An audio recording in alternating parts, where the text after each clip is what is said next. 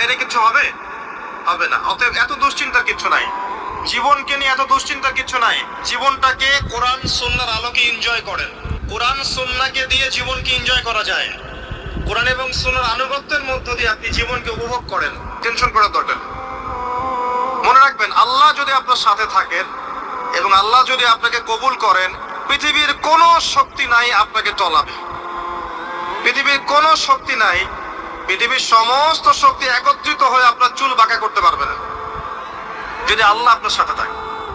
আর যদি আল্লাহ আপনার সাথে না থাকে, আইওয়াস শোডাউন দিয়ে কোনো লাভ হবে না, কেউ আপনাকে বাঁচাতে পারবে। অতএব আল্লাহকে আপন করে নেন, যার যার হক তাকে তাকে দেন, নিজের হক আল্লাহর কাছে চেয়ে নেন, ইনশাআল্লাহ আপনি সুখে থাকবেন। এর আগে আল্লাহ পাক একা ছিলেন, আর কি ওয়াল আউয়াল ওয়াল আখির ওয়াল যাহির ওয়াল বাতিন ওয়া হুয়া বিকুল্লি শাইইন আলিম, সূরা হাদীদ। আল্লাহ পাক একা ছিলেন, কোনো কিছু ছিল না, আল্লাহ একা ছিলেন। আবার কোনো কিছু যখন থাকবে না, আল্লাহ একা থাকবেন। কুল্লু মান আলাইহা ফান ওয়া ইয়াবকা ওয়াজহু রাব্বিকা যুল জালালি ওয়াল ইকরাম। এই বিষয়ে কোনো দ্বিমত আছে?